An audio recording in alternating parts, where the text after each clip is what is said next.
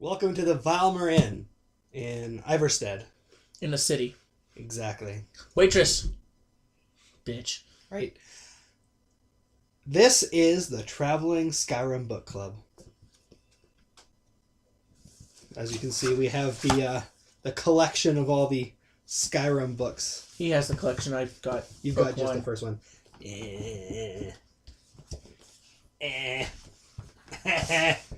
All right. There we go. Oh, that was painful to watch. God, I want a chocolate donut. It was painful to... What? I want a chocolate donut. Okay. Anywho, each week we're going to be at a local inn or home or Jarl's Palace or literally anywhere else is a fireplace for us to sit in front of. And we're going to read some books from Skyrim. Check StubHub. We might be near you. Right? Coming soon to Whiterun near you. What kind of StubHub do you think they had back in the day? Do you think they just ran up to billboards? The fucking whole thing just vibrated. The whole fireplace just vibrated. Okay. So, back in this day, how do you think they checked StubHub for, traveling bands and shit? Because bards had to get around somehow. You're not wrong. How'd they know that the famous bard Baton Rouge was coming to town? Lots of flyers. Lots of flyers. Also, I don't know why I chose a city in Louisiana. I don't know. Anywho, today we will be reading A Brief History of the Empire. Parts 1 through 4. So if you're reading along in the game, you're going to have to go find all 4 books. Exactly. Get on it. I guess I'll start off. A Brief History of the Empire by Stronach Cathaj III. We were going to look up names and we totally didn't. Yeah, we're just going to butcher all these names again. Don't worry about it. Cool. Part 1. Before the rule of Tiber Septim, all Tamriel was in chaos. The poet Trastaces called that period of continuous unrest days and nights of blood and venom. The kings were a petty lot of grasping tyrants who fought Tiber's attempt to bring order to the land. They were as disorganized as they were dissolute, and the strong hand of Septim brought peace forcibly to Tamriel. The year was Second Era 896. The following year, the Empire declared the beginning of a new era. Thus began the Third Era, Year Aught. For 38 years, the Empire Tiber reigned supreme. It was a lawful, pious, and glorious age, when justice was known to one and all, from serf to sovereign. On Tiber's death, it reigned for an entire fortnight, as if the land of Tamriel itself was weeping. The emperor's grandson, Pelagius, came to the throne. Though his reign was short, he was as strong and resolute as his father had been, and Tamriel could have enjoyed a continuation of the Golden Age. Alas, an unknown enemy of the Septim family hired that accursed organization of cutthroats, the Dark Brotherhood, to kill the Emperor Pelagius I, as he knelt at prayer at the Temple of the One in the Imperial City. Pelagius I's reign lasted less than 3 years. Pelagius had no living children, so the crown imperial passed to his first cousin, the daughter of Tiber's brother Agnereth. Kintyra, former queen of Silvernar, assumed the throne as Kintyra I. Her reign was blessed with prosperity and good harvests, and she herself was an avid patroness of art, music, and dance. Kintyra's son, was crowned after her death, the first empire of Tamriel to use the imperial name Uriel. Uriel I was a great lawmaker of the Septim dynasty and a promoter of independent organizations and guilds. Under his kind but firm hand, the Fighters Guild and the Mages Guild increased in prominence throughout Tamriel. His son and successor, Uriel II, reigned for 18 years, from the death of Uriel I in 3rd Era 64 to Pelagius II's assassination in 3rd Era 82. Tragically, the rule of Uriel II was cursed with blights, plagues, and insurrections. The tenderness he inherited from his father did not serve Tamriel well, and little justice was done.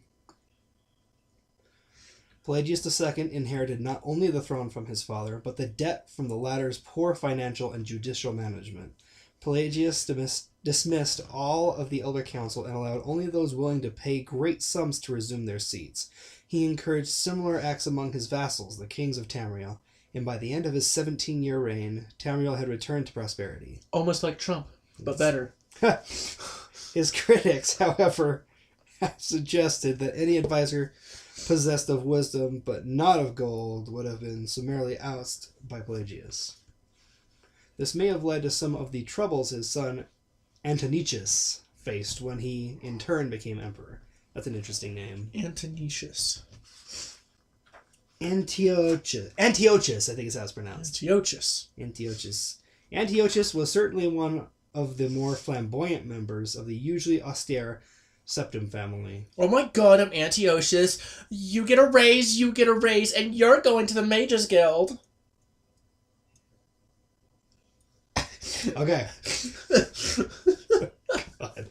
He had numerous mistresses and nearly as many wives, and was renowned for the grandeur of his dress and his high good humor. Unfortunately, his reign was rife with civil war, surpassing even that of his grandfather, Uriel II. The War of the Isles of 3rd Era 110, 12 years after Antiochus assumed the throne, nearly took the province of Somerset Isle away from Tamriel. The united alliance of the kings of Somerset and Antiochus only managed to defeat King Orgrim of the island kingdom of Pandinia due to a freak storm. Legend credits the Sigic Order of the Isle of Artaeum with the sorcery behind this tempest. You know what? I'd play a Skyrim game based around that. Yeah. That'd be interesting. Oh, we gotta read the Skyrim calendar. Oh, did you want to go over the Skyrim calendar? It has a picture of the Skyrim calendar in there. In case you guys don't know, there's 12 months in a year. There's 7 days in a week. It's based on a real life. So it's Morning Star, Sun's Dawn, First Seed, Rain's Hand, Second Seed, Mid-Year, Sun's Height, Last Seed, Heartfire, yeah, it says Heartfire, Frostfall, Sun's Dusk, and Evening Star. With it being the first month right now, it's Morning Star. It's going over the days of the week. Morndas, Turdas, Middas, Turdas again. It has to be Tierdas, then Turdas. Tierdas, Turdas. Furdas, Lordas, Sundas. It's probably Sunday right now, so it's Sundas. I'm assuming it's after midnight. It might be, I don't know. It's after midnight somewhere. It has to be Sunday somewhere. Right. Anywho, continuing on. The story of Kintyra II, heiress to her father Antiochus' throne, is certainly one of the saddest tales in imperial history. Her first cousin, Uriel, son of Queen Patema of Solitude, accused Kintyra of being a bastard, alluding to the infamous decadence of the imperial city during her father's reign. When this accusation failed to stop her coronation, Uriel brought the support of several disgruntled kings of High Rock, Skyrim, and Morrowind, and with Queen Patema's assistance, he coordinated 3 attacks on the Septim Empire. The first attack occurred in the Iliac Bay region, which separates High Rock and Hammerfell. Kintyra's entourage was massacred, and the Empress taken captive. For 2 years, Kintyra II languished in an imperial prison believed to be somewhere in Glenpoint or Glenmoral, before she was slain in her cell under mysterious circumstances. The second attack was on a series of imperial garrisons along the coastal Morrowind islands. The Empress's consort, Contin Aranix, fell defending the forts. The third and final attack was a siege on the imperial city itself, occurring after the Elder Council had split up the army to attack western High Rock and eastern Morrowind. The weakened government had little defense against Uriel's determined aggression and capitulated after only a fortnight of resistance. 3 days. Or no, 14 days, my bad. Uriel took the throne that same evening and proclaimed himself Uriel III, Emperor of Tamriel. The year was 3rd Era 121. Thus began the War of the Red Diamond. Interesting. Alright, so go ahead and get out book 2. That's what we're going to be reading now. Well, that's what I'll be reading. So, sit back, relax, and enjoy a cup of mead. Volume 1 of this series described in brief the lives of the first 8 emperors of the Septim dynasty. Fuck me. Beginning with the glorious Tiber Septim and ending with his great, to the third power, grandniece, Kintyra II. Kintyra's murder in Glenpoint while in captivity is considered by some to be the end of the pure strain of Septim blood in the imperial family. Certainly it marks the end of something significant. Uriel III not only proclaimed himself Emperor of Tamriel, but also Uriel Septim III, taking the eminent surname as a title. In truth, his surname was Manticaro, from his father's line. In time, Uriel III was deposed of his crimes, reviled, but the tradition of taking the name Septim as a title for the Emperor of Tamriel did not die with him. For 6 years, the War of the Red Diamond, which takes place from his name from the Septim's famous badge, the little huge-ass thing they wear around their neck, tore the empire apart. The combatants were 3 surviving children of Pelagius II, Potama, Cypherus, and Magnus, and their various offspring. Potama, of course, supported her son, Uriel III, and had combined support of all Skyrim and northern Morrowind. With the efforts of Cypherus and Magnus, however, the province of High Rock turned coat. The provinces of Hammerfell, Somerset Isle, Valenwood, Elsewhere, and Black Marsh were divided in their loyalty, but most kings supported Cypherus and Magnus. In Third Era, year 127, Uriel III was captured at the Battle of Ikendag in Hammerfell. En route to his trial of the Imperial City, a mob overtook his prisoner carriage and burned him alive within it. What a terrible way to go. His captor and uncle continued on to the Imperial City, and by common acclaim was proclaimed Cypherus I, Emperor of Tamriel. Cypherus' reign was marked by nothing but war. By all accounts, he was a kind and intelligent man, but what Tamriel needed was a great warrior. And he, fortunately, was that. It took an additional 10 years of constant warfare for him to defeat his sister, Potama, the so-called Wolf Queen of Solitude, which is why Solitude's symbol is now the wolf, who died in the siege of her city-state in the year 137. Cypherus survived her sister by only 3 years. Survived his sister. He never had time during the war to marry, so it was his brother, the 4th child of Pelagius II, who assumed the throne. The Emperor Magnus was already elderly when he took the imperial diadem, and the business of punishing the traitorous king of the War of the Red Diamond drained much of his remaining strength. Legend accuses Magnus' son and heir, Pelagius III, of patricide, but that seems highly unlikely for no other reason than that Pelagius was king of Solitude following the death of Potama, and seldom visited the imperial city. Pelagius III, sometimes called Pelagius the Mad, I thought that was the first, whatever, was proclaimed emperor in the 145th era of the year of the Third Era. They flipped it on me. Almost from the start, his eccentrics of behavior were noted at court. He embarrassed dignitaries, offered his vassal kings, and on one occasion marked the end of the imperial grand ball by attempting to hang himself. His long-suffering wife was finally awarded the regency of Tamriel, and Pelagius III was sent to a series of healing institutes and asylums until his death in Third Era 153 at the age of 34. The Emperor-Regent of Tamriel was proclaimed Empress Katara the First upon the death of her husband. Some, who do not mark the end of the Septim bloodline with the death of Katara II, consider the ascendancy of this dark-elf woman the true mark of its decline. Her defenders, on the other hand, assert that the Katara was not descended from Tibur, the son she had with Pelagius, was so the imperial chain did continue. Despite racist assertions to the contrary, Katara's 46-year reign was one of the most celebrated in Tamriel's history. Uncomfortably in the imperial city, Katara traveled extensively through the empire, such as no emperor had since Tibur's day. She repaired much of the damage the previous emperor's broken alliances and beguiled diplomacy created. The people of Tamriel came to love the empress far more than the nobility did. Katara's death in a minor skirmish in Black Marsh is a favorite subject of conspiracies-minded historians. This is why we need a game in Black Marsh, because we'd hear about this. The sage Montalius discovery, for instance, of a disenfranchised branch of the Septim family and their involvement with the skirmish was a revelation indeed. When Cassander assumed the throne upon the death of his mother, he was already middle-aged, only half-elven. He aged like a Breton. In fact, he had left the rule of Ivarstead to his half-brother, Uriel, due to poor health. Nevertheless, at the only true blood relation to Pelagius, and thus Tibur, he was pressed into accepting the throne. To no one's surprise, the Emperor Cassandra's reign did not last long. In 2 years, he joined his predecessors in eternal slumber.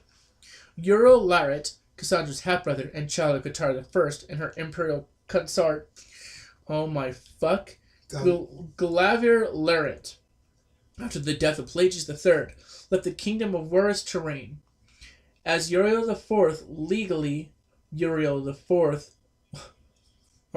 was a septim, Cassandra had adopted him into the royal family when he had become king of Ivarstead. Nevertheless, to the council and the people of Tamriel, he was a bastard child of Katara. Uriel did not possess the dynamism of his mother, and his long 43-year reign was a hotbed of sedation. Indeed. All right, it's time for part 3. Get out book 3. Indeed. Don't worry. Go get it. We'll wait. I'm done waiting. The first volume of the series told in brief the story of the succession of the first 8 emperors of the Septim dynasty, from Tiber I to Kintyre II.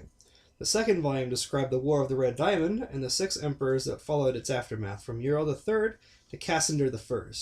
At the end of that volume, it was described how Emperor Cassander's half-brother Uriel IV assumed the throne of the Empire of Tamriel. It will be recalled that Uriel IV was not a septim by birth. His mother, though she reigned as empress for many years, was a dark elf married to a true septim emperor, Pelagius III. Uriel's father was actually Katara I's consort after Pelagius' death, a Breton nobleman named Vilemyr Inn. That's about right. Before taking the throne of Empire, Cassander I had ruled the kingdom of Wayrest, but poor health had forced him to retire. Cassander had no children, so he legally adopted his half-brother Uriel and abdicated the kingdom. 7 years later, Cassander inherited the empire at the death of his mother. 3 years after that, Uriel once again found himself the recipient of Cassander's inheritance.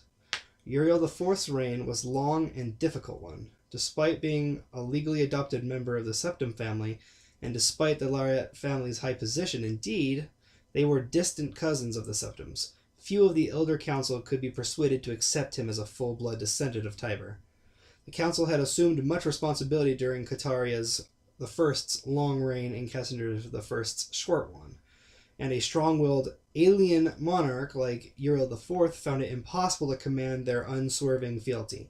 Time and again, the council and emperor were at odds, and time and again, the council won the battles. Since the day of Pelagius II, the Elder Council had consisted of the wealthiest men and women in the empire, and the power they wielded was conclusive. The council's last victory over Uriel IV was posthumous. Andarek, Uriel IV's son, was disinherited by a vote of the council, and a cousin more closely related to the original septim line was proclaimed Sepphoris II in 3rd Era 247. For the first time, 9 years of Sepphoris II's reign, those loyal to Andarek battled the imperial forces, in an act that the sage Arantine called Tiber Septim's heart beating no more. The council granted Andarek the High Rock Kingdom of Shornhelm to end the war, and Andarek's descendants still rule there. Shornhelm is the northernmost part of High Rock, up in Rivenspire. Interesting. Yeah. By and large, Sepphoris II had foes that demanded more of his attention than Andarek. From out of Cimmerian Nightmare, in the words of Enterine, a man who called himself the Cameron Upsurer, led an army of Daedra and undead warriors on a rampage through Valenwood, conquering kingdom after kingdom. Few could resist his onslaughts, and as month turned to bloody month in the year 3rd Era 249, even fewer tried. Sepphoris II sent more and more mercenaries into Hammerfell to stop the Upsurer's northward march, but they were bribed or slaughtered and raised as undead. The story of Cameron Upsurer deserves a book of its own. It is recommended that the reader find Pollux Ithier's The Fall of the Upsurer for more details. I like how they put that in parentheses. Got to get that shameless self-promotion. In short, however, the destruction of the forces of the Upsurer had little to do with the efforts of the Empire. The result was a great regional victory and an increase in hostility towards the seemingly inefficacious Empire. Uriel V, Sepphoris II's son and successor, swiveled opinion back towards the latent power of the Empire. Turning the attention of Tamriel away from internal strife, Uriel V embarked on a series of invasions beginning almost the moment he took the throne in 3rd Era 268. Uriel V conquered Rosquera in 271, Cathinquay in 276, Yenelsia in 279, and Estria in 284. In 3rd Era 288, he embarked on his most ambitious enterprise, the invasion of the continent kingdom of Akavir. This ultimately proved a failure, for 2 years later Uriel V was killed in Akavir on the battlefield of Ionith. Nevertheless, Uriel V holds a reputation second only to Tiber as one of the 2 great warrior emperors of Tamriel. And for a while, there were rumors that Akavir was going to be Test 6, which would have been cool, but unfortunately, well, not unfortunately, we found out that it could possibly be High Rock. Or Hammerfell. That's why I said possibly High Rock. One of those, what people are thinking. At this point, I'm more convinced it's High Rock than anything else. But we'll see. Depends. Like what, 2022 is what I've been telling people.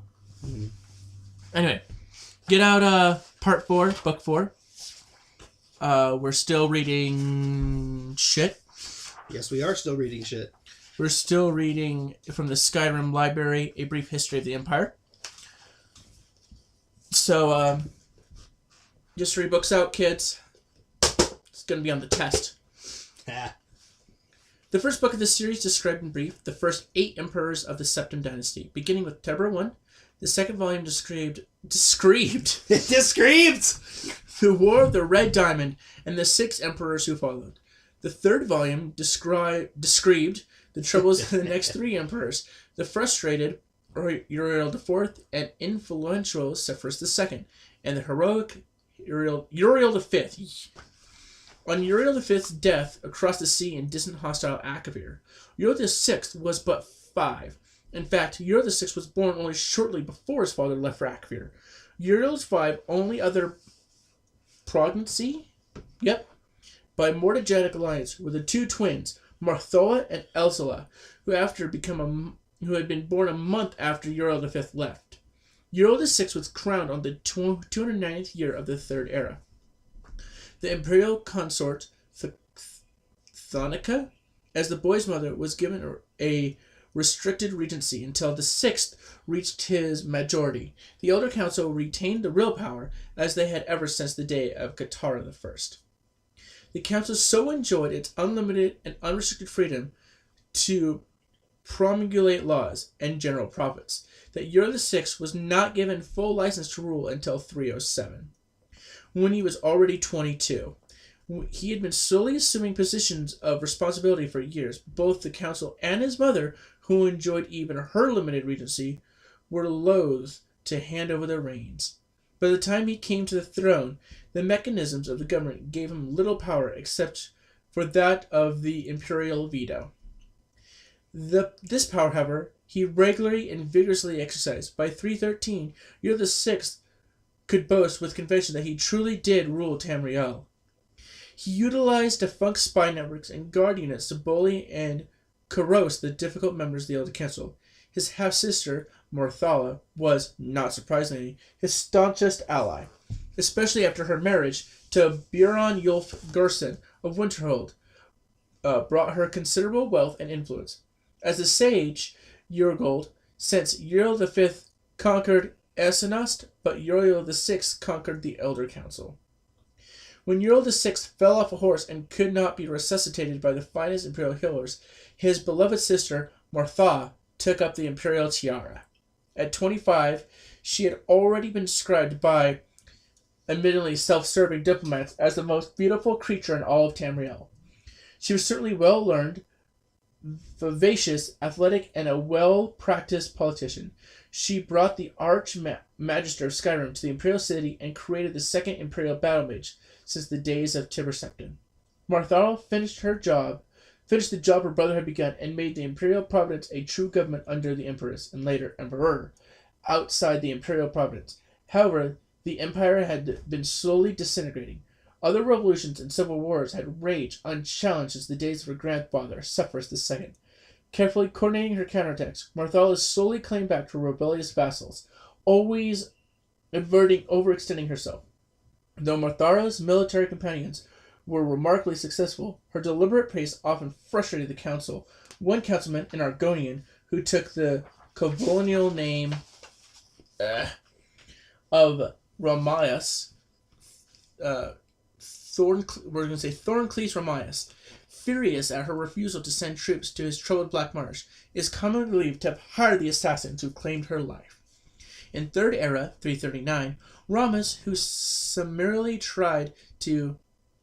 You were butchering the shit out of this one. Wow. Who tried and executed through his protested and his innocence to the last. Though he protested his innocence to the last. Fuck me. Morthala had no surviving children, and Elois had died of a fever 4 years before Elois's 25-year-old son, Pelagius, was thus crowned Pelagius IV. Sorry. You good? I'm sorry. I'm good. Pelagius IV continued his aunt's work, slowly bringing back under his wing the radical and refractionary kingdoms, duchies, and baronesses of the empire. He exercised Marthala's poise and circumcised pace. Yep. In his endeavors, but alas, he did not attain his success. The kingdoms had been free of constraint for so long that not even a benign imperial presence was considered odious. Nevertheless, when Pelagius died after a notable, stable, and preposterous 29-year reign, Tamriel was closer to unity than it had been since the days of Uriel I. Our current emperor, his awesome and terrible majesty, Uriel the Septim VII, son of Pelagius IV, had the diligence of his great aunt, Marthala, the political skill of his great uncle, Uriel VI, and the military prowess of his great granduncle, Uriel V. For 21 years he reigned and brought justice and order to Tamriel. In the year Third Era 389, however, the imperial battle mage Yagar Tharn betrayed him. Uriel VII was imprisoned in the dimension of Tharn's creation, and Tharn used his sorcery of illusion to assume the emperor's aspect. For the next 10 years, Tharn abused imperial privilege, but did not continue Uriel VII's schedule of reconquest. It is not yet entirely known what Tharn's goals and personal accomplishments were during the 10 years as he massacred as liege lord. In Third Era 399, an enigmatic champion defeated the battle mage in the dungeon of Imperial Palace and freed the Seventh from his other dimensional jail. Since his emancipation, Uriel Septim VII had worked diligently to renew the battles that would reunite Tamriel. Tharn's interference broke the momentum, it is true, but the years since have not proven there is hope of the golden age of the Septim's rule, glorifying Tamriel once again. That is the plot to the Elder Scrolls Arena, actually. It is. Yeah. You're right. You are that enigmatic champion. That has to kill the battle mage. Yes. Thorin. Yes. Which we are also doing a playthrough of Arena, or at least trying. On it took us an hour and a half to get out of that goddamn dungeon. That's the word I was looking for. Yep. Check it out on 80 League once it's up. Yeah, I'll leave a link in the description of this video, because I should have that up around the same time. So check out for that. Shameless self-plug. Yeah. Anywho, that was the brief history of the Empire, books 1 through 4. Keep an eye out. We are going to be traveling to other inns. Next week we'll be doing another book. By next week I mean in 5 minutes, because we had to re-record the first one because we fucked it up the first time around. No, we're just really good at planning ahead. We're gonna be wearing the exact same clothes. Oh, exactly. Yeah, we're gonna be wearing the same thing, so don't worry about it. It's just an illusion, right? Yep. Yeah, exactly. Until then, we'll see you next time.